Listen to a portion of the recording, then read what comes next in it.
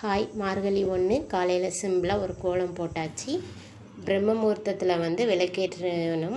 அந்த விளக்கேற்றினா நம்ம நினச்சது கண்டிப்பாக நடக்கும். மணி 4:25. நம்ம துளசிக்கு விளக்கேற்றி பத்திலாம் காமிச்சு துளசியும் நம்ம கும்பிட்டாச்சு. இன்றைக்கி செவ்வாய்க்கிழமைனால முருகருக்கு வெற்றிலை தீபம் ஏற்றுவதற்காண்டி வெற்றிலை தீபத்தை நான் கட் பண்ண போகிறேன். இப்போ 6 வெற்றிலை கட் பண்ணிகிட்ருக்கோம். கட் பண்ணி எல்லாம் ரெடி பண்ணியாச்சு. நாங்கள் வாரம் வாரம் வெற்றிலை தீபம் போட்டுட்டு இருக்கிறோம்.